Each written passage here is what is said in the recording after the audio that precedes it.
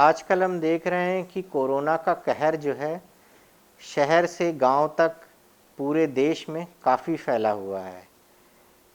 इस परिप्रेक्ष्य में कई लोग ये नहीं समझ पाते हैं कि हमें अपने बच्चों को कोरोना से कैसे सुरक्षित रखना है। पहली बात तो हमें ये समझना होगा कि बच्चों को जो कोरोना संक्रमण या इन्फेक्शन का रिस्क होता है और बीमारी से जो खतरा होता है, क्या वो एक एडल्ट या वयस्क के बराबर होता है या कम होता है। तो जितने भी शोध हुए या जितनी भी स्टडीज़ हुई हैं उनमें बच्चों को का जो इन्फेक्शन रेट है और बच्चों में जो कॉम्प्लिकेशंस हैं वो एडल्ट की अपेक्षा थोड़े से कम पाए गए हैं। लेकिन इसमें भी समझने वाली बात ये है कि जो बहुत छोटे बच्चे हैं, जैसे कि 5 या 6 साल से कम उम्र के बच्चे, उनको खतरा वयस्कों से कहीं अधिक हो सकता है। अब आते हैं क्वेश्चन नंबर 2 पर कि हमें बच्चों को कैसे बचाना है। तो देखिए, जो बचाव होता है, एक तो होता है बैरियर मेथड कि बच्चों को कैसे हमें संक्रमित लोगों से बचाना है एक फिजिकल बैरियर बनाकर। दूसरा आता है कि यदि हम ये फिजिकल बैरियर यानी बच्चों को काफ़ी समय तक आइसोलेट करके रखेंगे, सोसाइटी से, रिश्तेदारों से, उनके दोस्तों से, उनको खेलने के लिए नहीं भेजेंगे, तो बच्चों में जो एक मेंटल इम्प्लीकेशंस होते हैं या जो मानसिक तनाव बढ़ता है या जो इमोशनल डिस्टर्बेंसेस होते हैं, उनको कैसे निपटना है, उनसे कैसे निपटना है। तीसरी बात यह है कि खान पान में क्या खिलाएं क्या नहीं खिलाएं जिससे उनकी इम्यूनिटी बेहतर बन सके। तो आइए एक एक करके इन तीनों चीज़ों पे लेते हैं। यदि आप इस तरह ही हेल्थ के बारे में जानना चाहते हैं तो सब्सक्राइब करें ये channel the health care today और बेल आइकन दबाएं ताकि हर नए वीडियो का नोटिफिकेशन सबसे पहले आपको मिले। सबसे पहली जो मूलभूत चीज़ है वो है कि जितना हो सके हमें अपने बच्चों को और खुद को घर के अंदर सुरक्षित रखना है। सिर्फ ज़रूरी और इमरजेंसी कार्यों के लिए ही बाहर निकलें। घर के बाहर अगर निकलना भी हो तो हमेशा मास्क का इस्तेमाल करें, चाहे बड़े हों या बच्चे हों। अपने साथ एक सैनिटाइज़र हमेशा रखें जिससे बार बार अपने हाथ सैनिटाइज करें।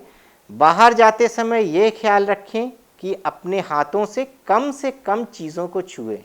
कई बच्चों की आदत होती है रास्ते चलते कहीं पेड़ छूने की, पौधे छूने की, गाड़ियाँ छूने की।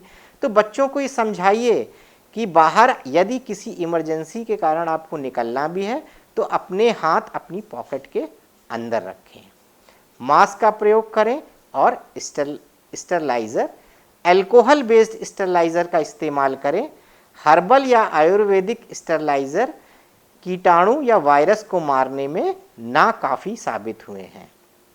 अब आते हैं घर के अंदर की बात। घर के अंदर यदि हम हैं तो कोशिश करिए कि अगर आपके घर में कोई भी सर्दी खांसी बुखार का मरीज़ है या कोई एडल्ट है तो उसको एक कमरे के अंदर आइसोलेट करके रखें। उसका वॉशरूम अलग रहे, उसका खाना पीना सब गर्म पानी से धोएं, उसके कपड़े, उसके बर्तन। छोटे बच्चों को ख़ास तौर पे उसके संपर्क में ना आने दें। किसी भी गेस्ट को घर में मत बुलाइए जब तक ये कोरोना का समय है। किसी भी पार्टी में, बर्थडे में, शादी में जाने की कोई भी ज़रूरत नहीं है। अब आते हैं कि यदि एक छोटे बच्चे को हम इतनी सारी प्रतिबंधित चीज़ें करेंगे, उसको बाहर खेलने से रोकेंगे, उसको मित्रों से नहीं मिलने देंगे, तो ये बात लाजमी है कि उसके मानसिक तनाव बढ़ेगा, वो एक अलग तरीके से वो बच्चा इरिटेबल होगा। तो ये कैसे मैनेज करें? तो बच्चे को किसी न किसी कार्यों में आप उलझा कर रखिए। ख़ास तौर पे आजकल जो मैंने देखा है कि माँ बाप ज़्यादातर टैबलेट का, मोबाइल का, टीवी का इस्तेमाल कर रहे हैं। उसकी जगह बेहतर ये होगा कि ड्राइंग बुक वगैरह आप खरीदिए, क्यूब खरीदिए, कुछ ऐसे इंगेजमेंट वाले खिलौने उसको दीजिए जिसमें उसका समय आसानी से कटे, वो ड्राइंग जैसी एक रचनात्मक चीज़ें करे, तथा आप भी उसमें रुचि लीजिए, उसको गाइड करिए। शतरंज जैसे खेल हैं, लूडो जैसे खेल हैं, यह इंडोर गेम खेलिए। और मोबाइल, टीवी तथा वीडियो गेम्स की मात्रा दिन में 1 घंटे से ज़्यादा नहीं होनी चाहिए। तीसरी बात आती है फिज़िकल एक्टिविटी की। नॉर्मल तौर पे जब कोरोना नहीं था तो बच्चा बाहर जाता था, खेलता था, फिज़िकल एक्टिविटी करता था, उसको भूख लगती थी, वो थक कर आराम से घर में आकर सो जाता था। लेकिन अभी के समय क्या है, क्योंकि बच्चा पूरा दिन घर में रहता है, वो थकता नहीं है, इसलिए ना ही उसको भूख लगती है, ना ही वो समय पर सोता है। तो इसके लिए मैं यह बोलूँगा कि किसी भी बच्चे के पसंदीदा गाने में आप बच्चे को भी नृत्य कराइए, डांस कराइए, तथा आप भी उसके साथ नाचिए।